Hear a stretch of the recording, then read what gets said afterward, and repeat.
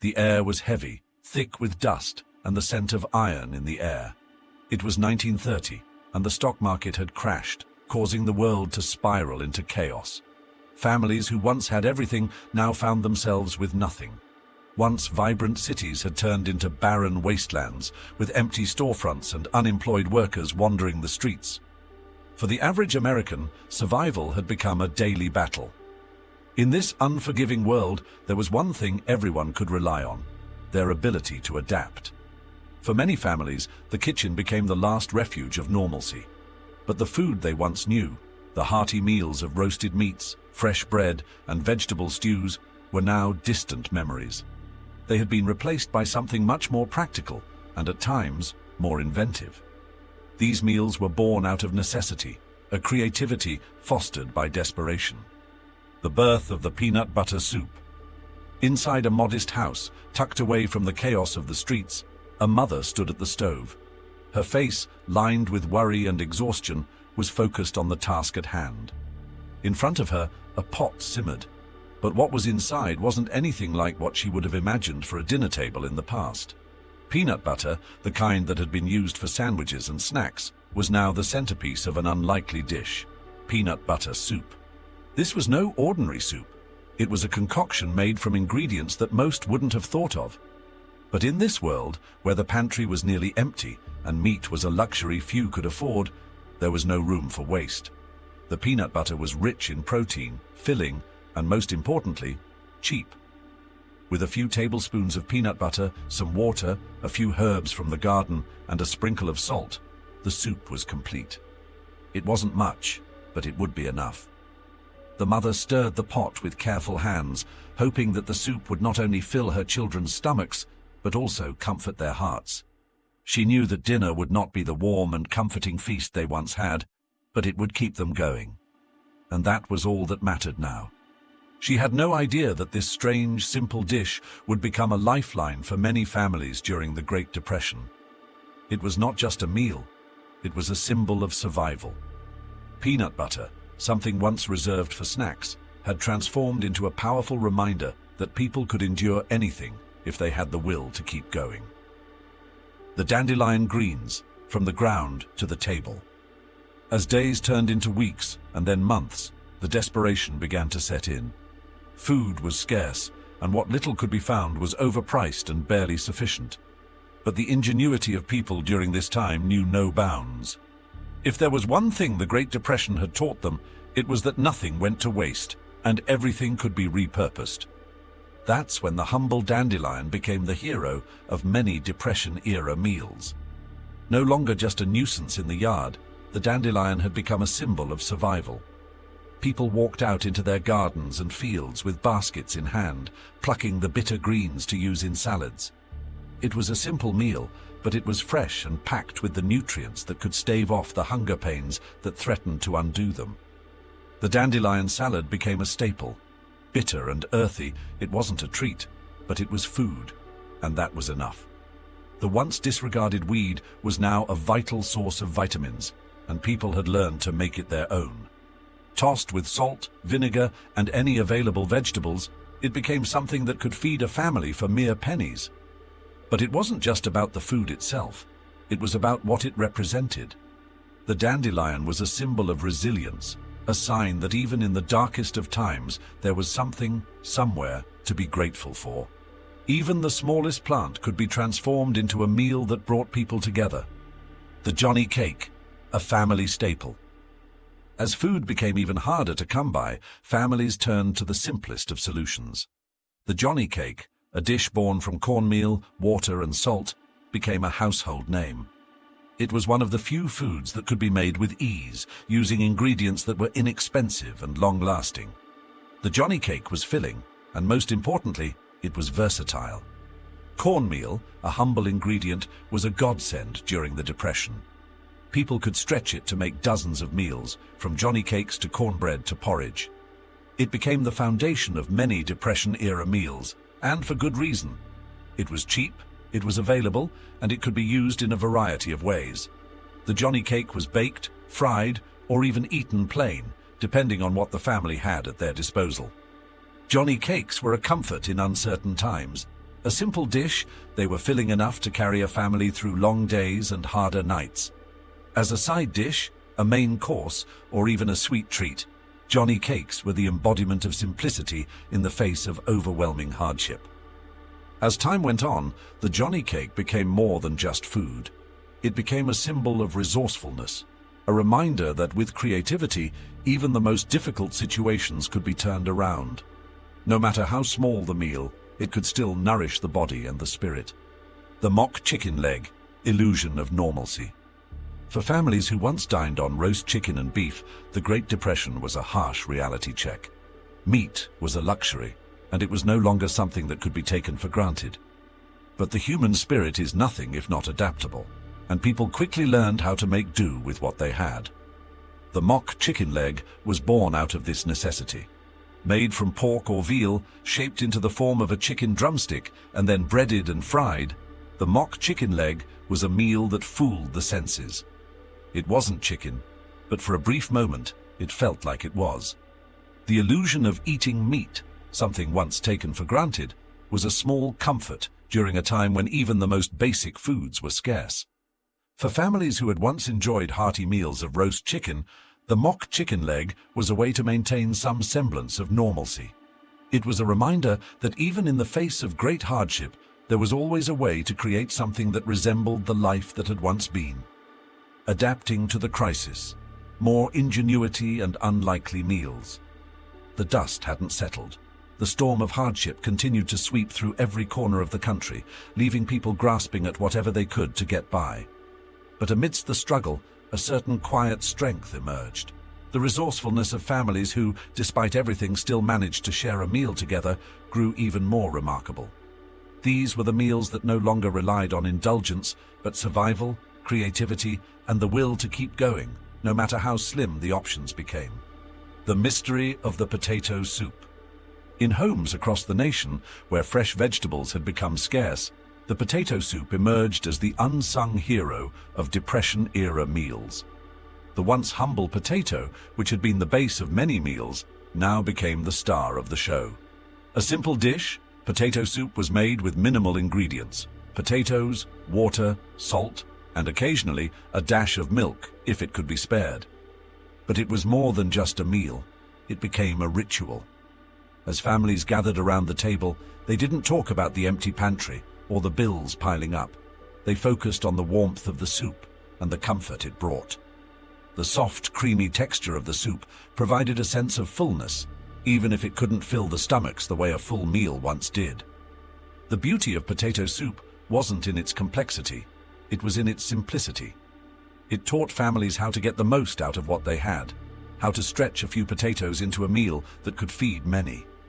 Even in times of scarcity, the soup was a reminder that there was always something that could sustain the body and the spirit, no matter how small. Bean soup, the ultimate comfort. If there was one food that came to symbolize the resilience of the American family during the Great Depression, it was the bean. Beans were a staple that didn't break the bank. They were inexpensive, hearty, and filling. Families learned to make the most out of beans by creating simple, savory bean soups. The art of making bean soup became a necessity. It was a dish that could be stretched in so many different ways. You could add a little salt, a bit of leftover meat, and whatever vegetables you could spare. For families in cities or rural farms, the recipe was as flexible as the situation at hand. The beauty of bean soup wasn't just in how it was made, it was in its heartiness. A bowl of bean soup was something that could sustain you through a long day of labor or serve as the centerpiece of a humble dinner. And in those desperate times, bean soup represented more than just sustenance. It represented hope. It became a symbol of survival. The smell of simmering beans in the kitchen was more than just a reminder of hunger. It was a sign that families were fighting back, refusing to let their circumstances define them. Rice and gravy, a meal that feels like home. When people think of comfort food, rice and gravy is one dish that seems to stand the test of time. Yet, during the Great Depression, it was a food that transformed, a lifeline that carried families through some of their darkest days. Rice, once considered a luxury, was now a simple, reliable option that could be stretched into several servings. The gravy, often made from the drippings of whatever little meat families could afford, was what brought it all together. Rice and gravy became a meal that was served in countless homes, whether as the main dish or as a side to whatever protein could be found. The simplicity of the meal was deceptive. It wasn't just about the ingredients, it was about the feeling it gave. It was a reminder of home, of warmth, and of family. The meal didn't just fill the stomach, it comforted the soul. For many families, rice and gravy was the one thing they could count on, a consistent meal that would bring them through. And even though the world around them was in turmoil, at that dinner table, they found a semblance of normalcy. It wasn't about fancy meals anymore, it was about surviving, and rice and gravy was the foundation of that survival, the legacy of canned goods. As the economic collapse deepened, the ability to preserve food became a critical skill. One of the great innovations that allowed families to stretch their meals was the use of canned goods. Though they had been available for some time, it was during the Great Depression that people truly discovered the power of canned vegetables, meats, and fruits. Canned goods, though often disregarded in more prosperous times, became the cornerstone of many Depression-era meals. They were affordable, long-lasting, and could be used in a wide variety of dishes. Whether it was canned corn for a simple stew, canned beans for soup, or canned peaches for a sweet dessert, these goods helped families bridge the gap between paychecks and kept hunger at bay. But the reliance on canned goods wasn't just about survival. It was about making do with what you had. The ingenuity of families who could transform a can of beans into a hearty meal was nothing short of extraordinary. In a time when resources were scarce, canned goods offered not only sustenance, but the ability to keep eating with creativity. The cabbage stew, a filling and frugal solution. Among the list of frugal yet filling meals was cabbage stew, a dish that had all the essentials needed for survival: vegetables, salt, and a bit of meat if possible. Cabbage was a vegetable that was easy to grow, affordable to buy, and versatile enough to be used in a wide variety of dishes. In this cabbage stew, families combined cabbage, onions, potatoes, and whatever other vegetables they could find. If a small piece of meat was available, it would be added for flavor, but the soup was perfectly satisfying without it. The beauty of cabbage stew was that it could be served alone or used as a side to whatever else might be available: beans, rice, or bread. For many families, cabbage stew was the most reliable meal in their rotation. It was a dish that could stretch over several meals, making it ideal for large families or those who were struggling to make ends meet. And just like the other meals on this list, cabbage stew became more than just food. It became a way of life. A meal to be passed down from generation to generation as a reminder of resilience, adaptability, and the power of community. More lessons from the Great Depression, the dinners that lasted. It wasn't just the food that got people through those difficult years of the Great Depression. It was the act of making do. Every meal was an experiment in creativity. People didn't have the luxury of indulging in fancy meals. They had to rely on what they had at hand, sometimes with barely any ingredients left in the cupboard. Yet, they managed to do more than just survive. They managed to create meals that were simple, yet packed with flavor and, above all, love. Cornbread, the comfort of a classic. One of the unsung heroes of Depression-era cooking was cornbread. It was cheap to make, could be paired with almost anything, and, most importantly, filled the stomach. A simple mixture of cornmeal, flour, and a bit of fat. Cornbread was often made in a cast-iron skillet and cooked over an open fire or in a wood stove. The beauty of cornbread lay in its versatility. It could be eaten on its own, used as a side to beans, or crumbled into a hearty stew. But for many, it became more than just food. It became a symbol of resilience. Every bite of cornbread was a reminder that, no matter how dire the circumstances, there was always something to rely on. Even if the pantry was bare, you could always count on a little cornmeal to turn into a meal. And the smell of cornbread baking in the oven. That scent wafted through the home like a promise. Things may be hard, but at least today you would have something warm to eat. It wasn't just the taste that mattered. It was the memory of simpler, better days.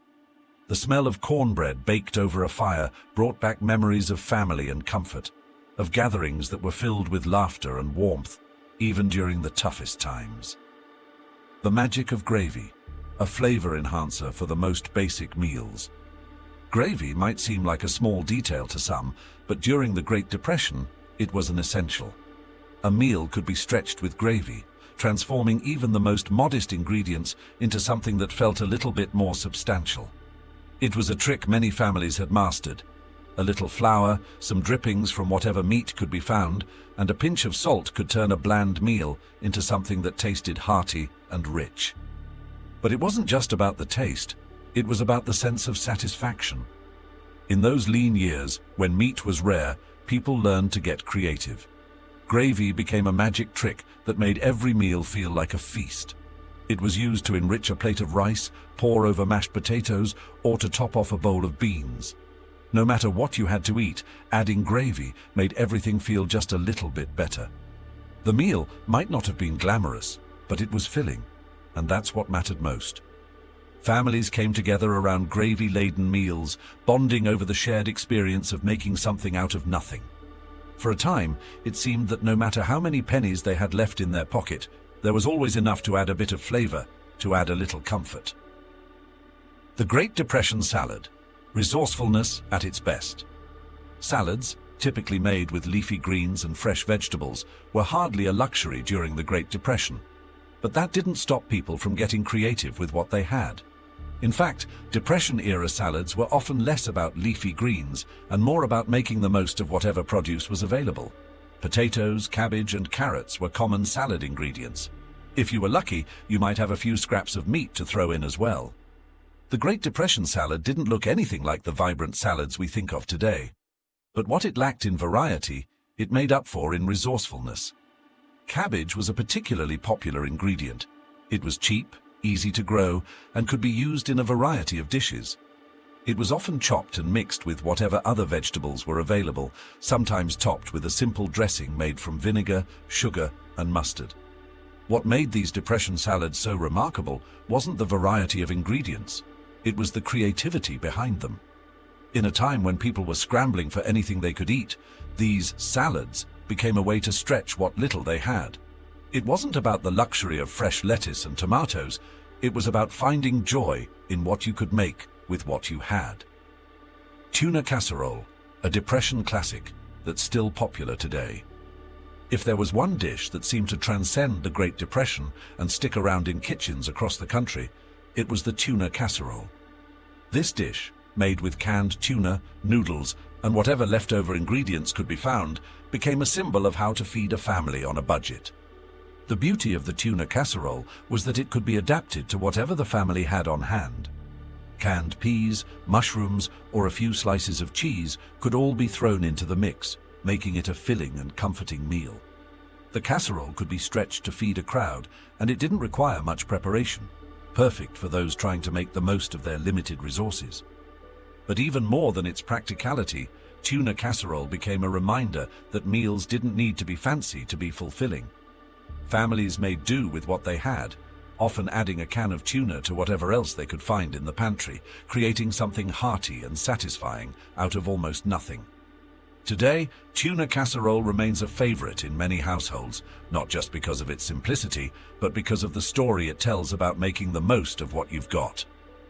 Milk toast, a comforting meal when all else failed.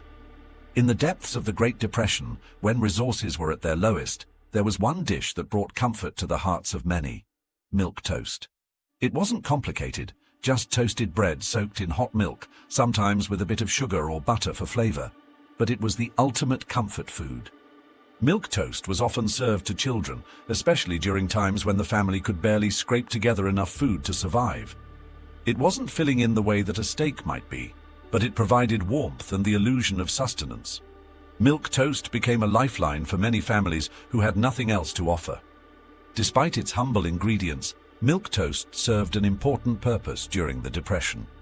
It was something simple and nurturing when everything else seemed to be slipping away.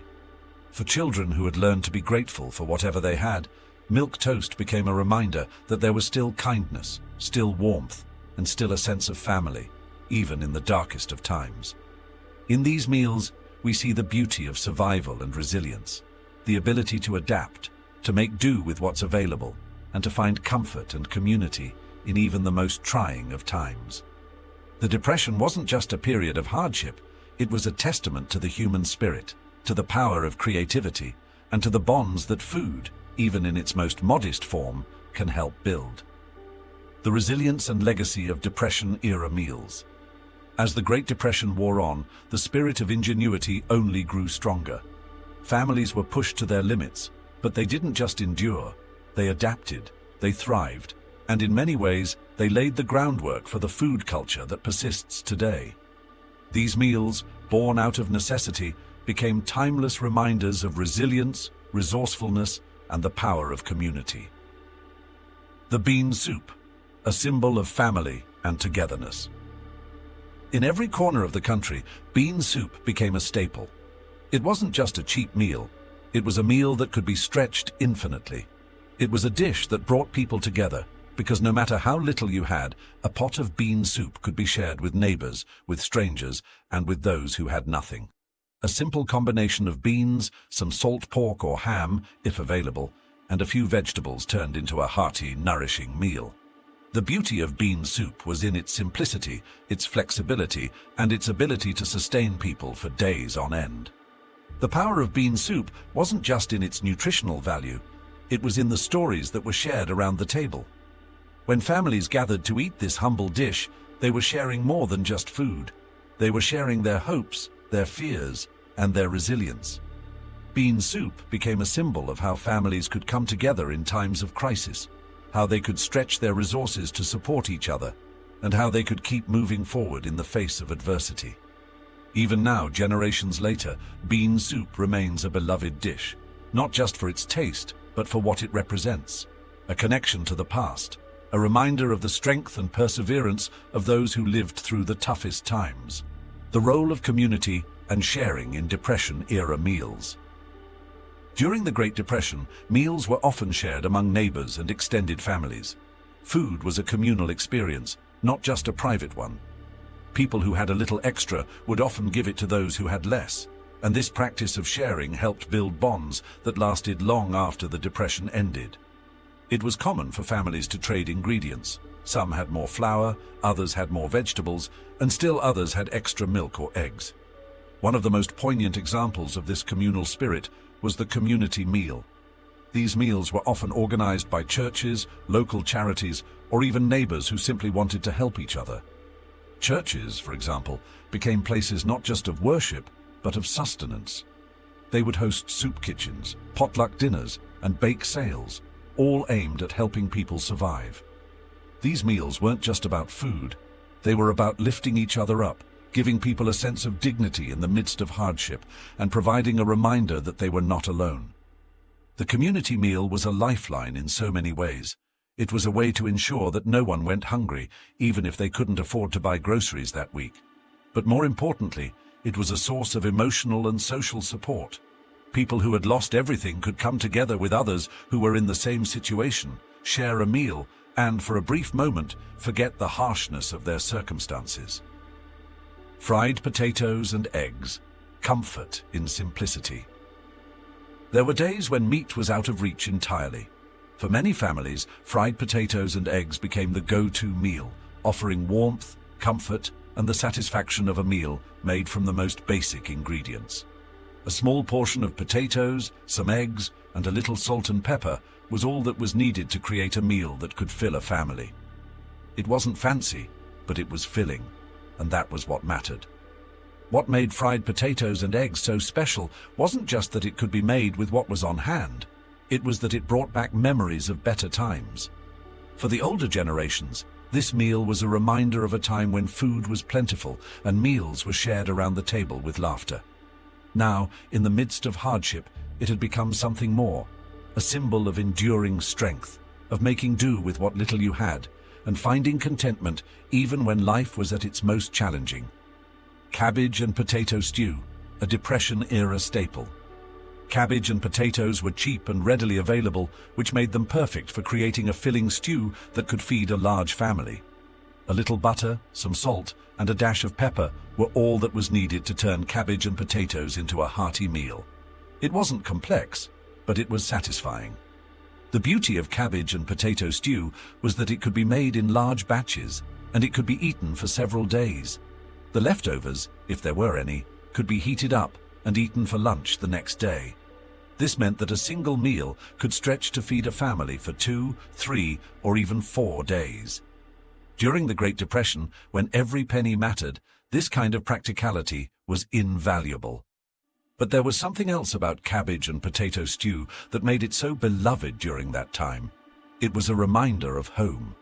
It was a dish that could be made with whatever you had, and it brought warmth to the table, both literally and figuratively.